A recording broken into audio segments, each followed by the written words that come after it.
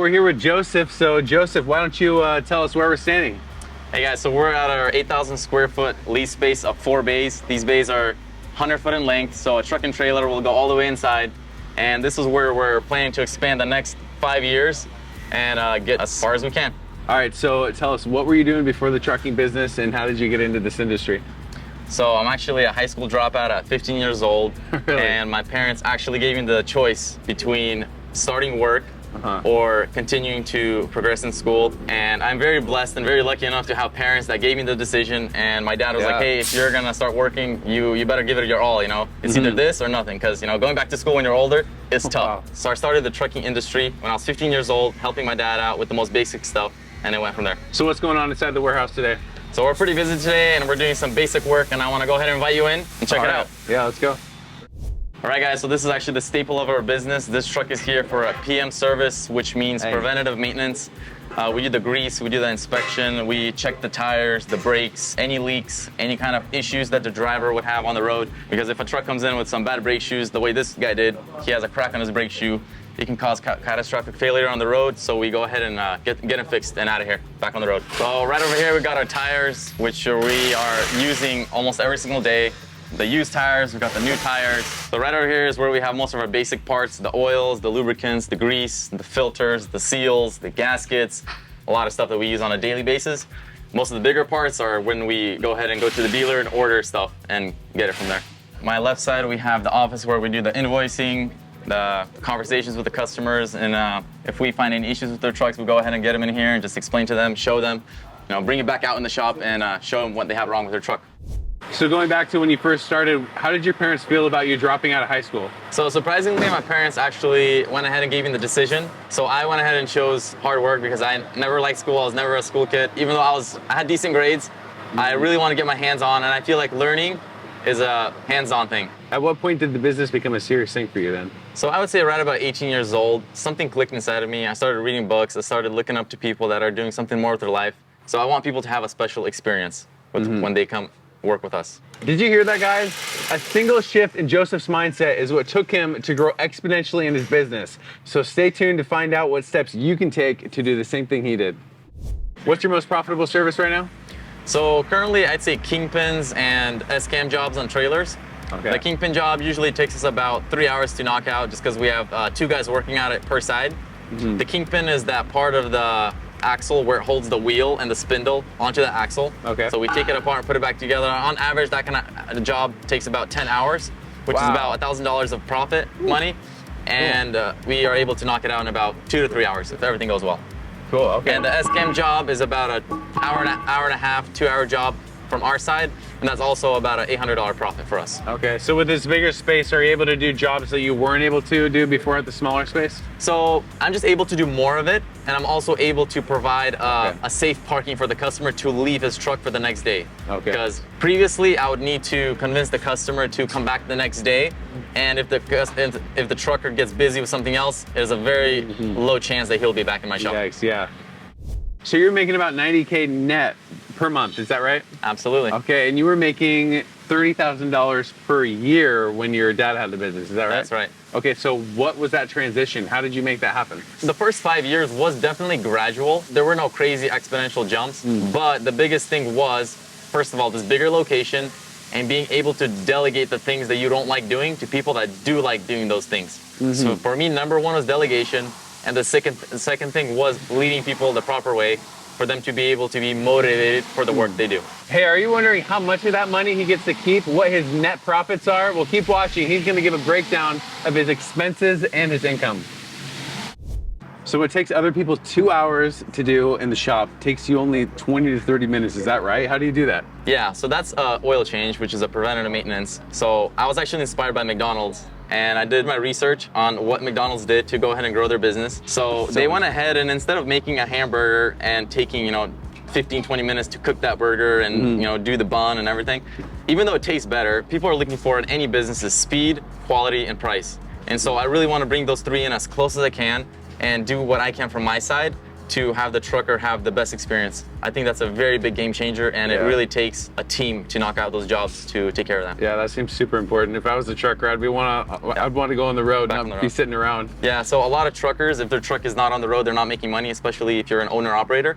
So what do you do differently from other shops? How do you stand out from the competition? So I just think it goes back to the basics of just our price is just such a big difference between other places for the amount of work they do and for how long it takes them to do that work. So what's the price difference on that between your shop and somebody else's? So an average service at a different shop would cost right around $600 to $700 for the exact same supplies and labor that we would be doing. Like I said, in about a quarter of the time. And we're charging from $300 to $400.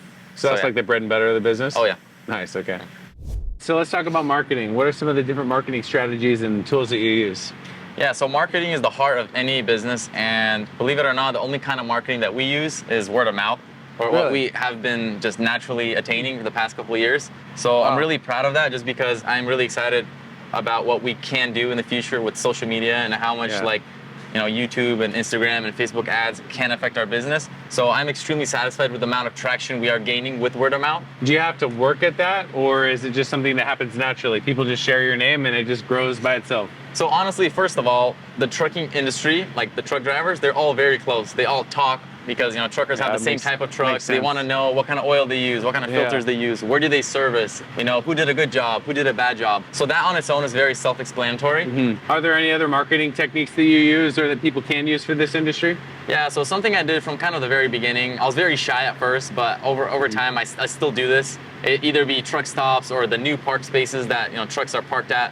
I would go ahead and just meet the customers, I would shake their hand and just ask them where they service their truck and what kind of experience are they getting, from where they are, and are they satisfied? Yeah. And I shared with them what we do, and I would want them to get into the door, and just experience us the first time, and I guarantee them that they just won't go anywhere else after that. Yeah, that's boots on the ground, guerrilla marketing. I like it. Yeah, for sure. Cool.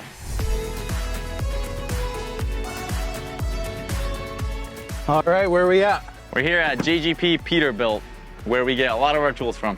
And parts. You come here every day? I'd say usually no, but they do deliver to us daily. Okay, so you try to stock what you can, but when there's special stuff, you come here? Yes, this is the place. Okay, let's check it out.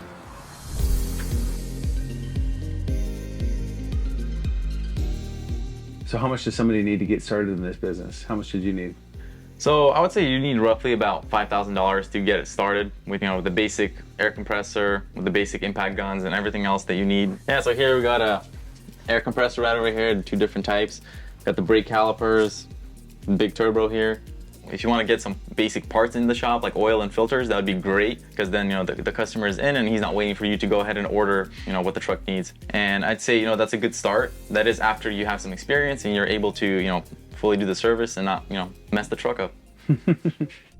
Do you not want to mess your business up either by not getting the right tools when you need them? ShipStation is an all-in-one shipping platform that automates order management tasks like setting up your shipping service, package types, and insurance. You can process multiple orders at once and from any e-commerce marketplace, including major ones like eBay, Shopify, Amazon, Etsy, and many more.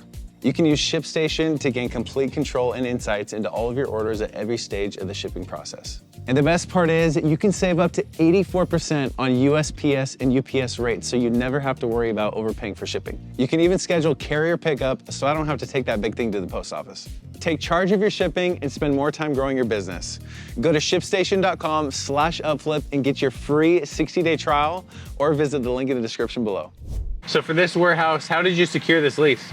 So honestly, it was just word of mouth of finding out who the owner was and when this building was going to be ready, because it is a new building, and it took months and months to build, and it was a long process. So I went ahead and met the owner right away when it was in the process of building, not when it was already ready. So I made that relationship right away, but building that relationship gave me the opportunity later on to be able to make that step.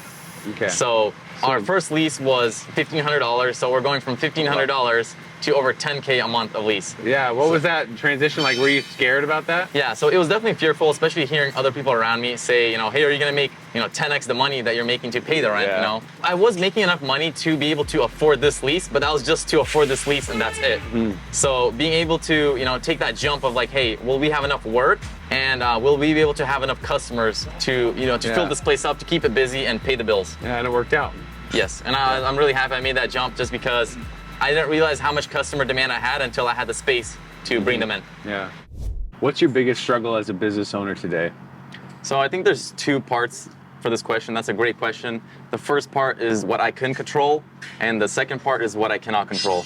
So what I could control is the leadership inside my business. When you start hiring people and you have more guys part of your team, I think leadership is probably the biggest struggle for businesses, because when when a person opens a business, they just want to be the boss, they want to count the money, and they just want to they want to sit in the office. But I feel like the biggest challenge is being in the field with the guys, having their backs, not micromanaging, but being there for them as soon as they need something, and having that support, so they feel like they have the job under control. Yep. The second thing I would say is the current trucking recession that we're in. A lot of people don't realize, but everything you use and everything you currently have is transported by truck. Yeah. And a lot of people don't even think about it, but if you even pay attention to how much trucks are passing you on the highway, there's a lot of them. So the current rates compared to about 2 years ago is probably down 50-40%, and those are huge cuts, especially if you're an owner-operator that owns one truck, 2 trucks, 3 trucks. Even these bigger fleets that have hundreds of trucks are struggling, which means the smaller guys are, they're getting knocked out. Yeah. But what that leads into is people having a hard time paying for the repairs they need done. So usually guys would, have a lot of confidence in repairing their truck, but now that kind of that confidence went down, and we really money need scarcity. Yes, and we really need to go ahead and show the trucker that this is something that needs to be repaired, and it's not safe to go back on the road. All right, what do we got here? Yeah, so we got a tire. This is what we do every single day, and I'm gonna go ahead and have you try it out. All right, so what do we do? So go ahead and press down right on that wrench. Have it With get my into foot? there. Oh yeah. Pull it up. Keep pulling. And Put your keep foot going, down. keep Yep, going. Yep, keep going all the way. Keep going. Oh, I see what we're going Keep for. going, All oh, right, yeah. all right. Oh, am I doing this right? Dang, this is crazy. Boom. Got it. And Now it's the out. tire's off. Oh, and it's all greasy. Nice job. There you go. Oh, slime everywhere. Man, you gotta be willing to do some dirty work. Slimy, greasy. How many trucks per day do you service, and how much did you do in the beginning? So in the beginning, starting out, we'd be right about, a good day would be like 4 to 5 trucks. That'd be a really good day. And now we're right about, 25 to 30, trucks, depending on the jobs we do, of course. But that's the average number that we're at right now. That is currently. a lot of customers to deal with. Yeah. If you want more insights on how to start a trucking business, make sure to check out episode 28 of the UpFlip podcast, where we interview Mikhail Sant of Sant Lines LLC, who's raking in $75,000 per month with his trucking business. Don't miss it. Yeah, so this truck is in for an oil change. So the difference between us is that I went ahead and put every single guy, which is 4 in total, to do their own thing. So there's a guy that greases the truck, there's a guy that inspects the truck, there's a guy that changes the filters, there's a guy that pours the oil. So it's a system where we work like a clock. Yeah. We don't have one guy, stressing out, being able to do everything. We went ahead and gave everybody an easy task, and when we work as a team, the truck is in, we take care of it, truck is out. And same thing with we have a technician on site. If we find a more serious problem, we put the truck into a different bay and they take care of that right away.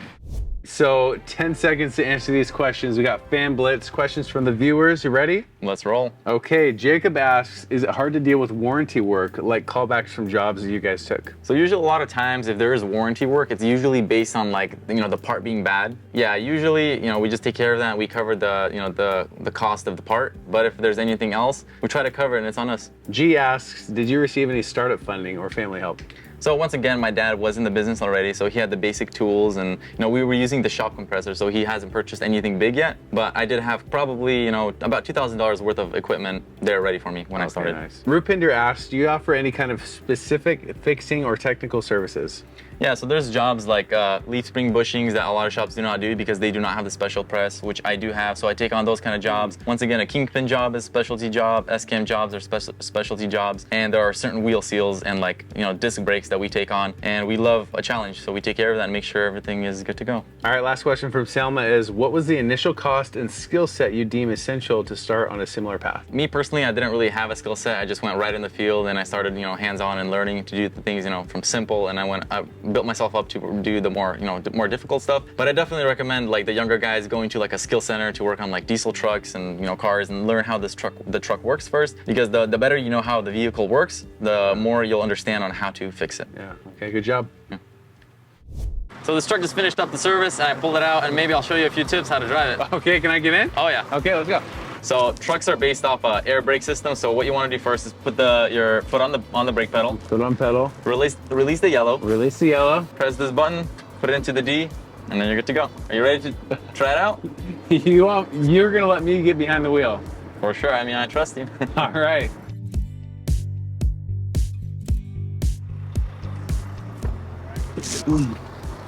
Okay. All right, here we go. In the driver's seat. This is crazy. So tell us, did you love the industry from the get-go, or how did you learn to love it? So honestly, in the beginning, I really did not like my job at all because first of all, it was dirty. I did not get much pay, and there really wasn't any kind of satisfaction from what I did. Really? But when the more I started loving what I do is when I started progressing at what I do and started becoming better at it. So I started to love it when I got better at it. Mm-hmm. That makes sense. Passion follows success. Hey viewers, if you're enjoying this video, make sure to smash that like button. So where are you at with employees today? How many do you have, and what's their average pay? So we're currently at 8 team members total, and it can average anywhere from, depending on how much they work, from $1,200 to $3,000 a week. Whoa, that seems like a lot. Is that like above industry standard? So I consider it as being way above industry standard, Yeah. but I think the better you treat your team members, the more they want to invest into the business, help you grow, which helps them grow in return. Can you walk us through your expenses and the revenue that you get per month? Yeah, so actually our record month was March. We grossed $253,000 that month, Wow. and our expenses were roughly $150,000. Dang, that's good profit margins. Yeah, so it did leave me with about $100,000 to pay the rent, to pay, our payroll, and then our tires. And how about, whoa, got a crazy driver in the background. Slow down. This guy knows how to drive. Holland, rear steer.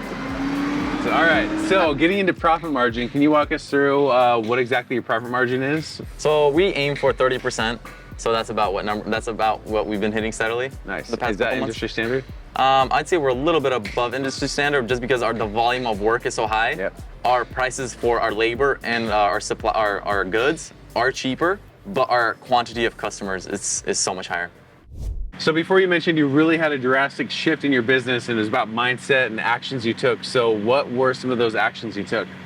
Yeah, so the biggest difference, which I feel like I made in my life, was listening to people that achieved what I wanted to achieve and actually do it instead of just reading these books and watching the videos. Like, for example, one of the most inspiring videos for me was the one you guys did with the 19-year-old starting the trucking business. UpFlip. Yeah. You were watching UpFlip. Oh yeah, that was about a year ago. So after that, I went ahead and took what you guys talked about in that video and I just put it into action, and I was really happy with my results. Can you get into some of the mindset about the customer experience you were talking about? Like what did you ramp up in terms of customer service? Yeah, so I feel like I have something called caring, and I really do truly care about the trucker's experience, because the more that I work in this industry, the more I realize that truckers are, being abused over and over with the amount of time they're spending at the warehouse, the amount of time they're spending at the station fueling up in traffic. So my passion was for them to come to the shop and not have to deal with that, one more time. The experience with a trucker feeling good in our shop is what will have them come back. Yeah, so they feel like they can trust you and that you care about Absolutely. them, and they're going to get the best service here. Yeah. Yeah. It's really important to have a connection with a good dealership that has a lot of parts, as does this one. The reason for that is that, if a truck is here waiting for small stuff like this, a lot of dealerships are, on back order and you have to wait a long time to get them. But if you have a good connection with a dealer like this, you can go ahead and, get the part sooner, which means the trucker can get back on the road quicker. So for example, if a truck comes in for a kingpin job, we'd go ahead and call the dealer for the part number of what kingpin it does need for which axle the truck has. And then we'd go ahead and call to our main dealer that we usually work with for the better price. And we would get the correct part. As you can see, there's a lot of different kind of kingpins. The prices vary from $300 to up to $800. Wow. So, and that's for both sides. And once again, this is one of our most profitable jobs just because we have all the proper tools for it. And we are able to get the truck in and out in a single day. All these filters, is this the place that brings them to you, all the ones that we saw at the shop? Yeah, so for the most part, yeah, that is what happens. A place like this that supplies, specialty filters like these filters that usually would run out real quick at any other dealership. But as you can see, these guys are stocked up on all the specialty filters. The filters on this side are usually the ones that we use more often. And once again, they have plenty of them. So whatever we need, we call them and they bring it right over. Nice, easy. So I noticed you got some awesome employees, quality guys around the shop. So how do you find and attract top tier talent? So when it comes to gaining more team members, my mindset is a little bit different. The industry standard is hiring somebody that is that's a technician and that went through school. Yep. My mindset is hire somebody that has a good attitude, that wants to learn, that's excited about doing what you present to him. And I'm like, hey, if you like doing this and you have that mindset to learn, I can teach you. And I tell them that, you're not just gonna be let into a shop and just, do what you know. You're gonna start hands-on. You're gonna start hands-on and I will be there to teach you and be there to help you whenever you have the struggles or the problems you'll be running into. Okay, so you don't even care if they have 2 years of experience. You just want them to have the right heart. Yeah, so I have guys that have 5-year experience. I have guys that have 1 month experience. And then I have, my brother has a couple years experience. So I have guys at every single different level. And every time we get somebody new on board, they are learning quicker and quicker and quicker. Just because when I started, it took me about 5 years to gain the traction of doing a proper service, where these guys are coming in and I'm sharing my secrets right away. So their mindset, switches. All right. And they're able to do the job right away. What's something you wish you knew before you got started in this? So I think delegating, the sooner the better. You can't delegate things that you don't really want to do, but you can find somebody that does it better is a game changer. Okay, you wasted a lot of time just doing stuff that you could have had somebody else doing? Absolutely. Yeah. What are the first things that you should start delegating? So I think office work and paperwork is the first thing that you should delegate, and invoicing. Makes just sense. because I believe that in the beginning you should still be communicating with your customers and building that relationship, because that is the base of any business. Are you using any third parties outside of your employees, like outsourcing any sort of work? Yeah, so currently we don't do alignment, and I do a lot of jobs that require alignment. And I really respect the guy that does it because he does it so well and he's been in business so long. So I hope to continue to support him and just have him come and do our alignments for us. Yeah, so alignment, that probably is a big expense to be able to get a machine. So is it like that? So it would cost roughly $120,000 to get all the equipment. Oh my gosh. To start doing alignment in-house. That's pretty much the only thing you can't do? Yes. Okay. What's one last piece of advice you could give for somebody who's interested in this industry or already starting it in? Yeah, so being interested in this industry is already a step ahead of everybody else, because people find trucking pretty boring and it's a job for, older people. But I really believe that somebody young comes in and changes the game and changes the experience for either the warehouse service or the parking space service. Like the owner of this place here is changing the game of secured parking and having a great experience here. I want to go ahead and provide the same thing with our repair shop. The best thing to do is go ahead and get some experience first, because there's really no way around that. Go work, get your hands on. Go work for a shop that has the equipment, that has the knowledge with the experienced techs, being able to do the hard work. Get your hands dirty, get the experience, and eventually you can go ahead and start renting your own space, buying your own tools, and do something different. Be different, and just, don't be afraid to take that step. Cool, awesome, I appreciate it. So good having you on. Thank you, brother. I appreciate it. And that's a wrap. I hope you enjoyed this episode. If you want to see another business owner who found out how to start a $40,000 per month auto repair shop, go check out our interview with Lucky Singh with Lucky's Auto Repair Shop. See you on the next episode.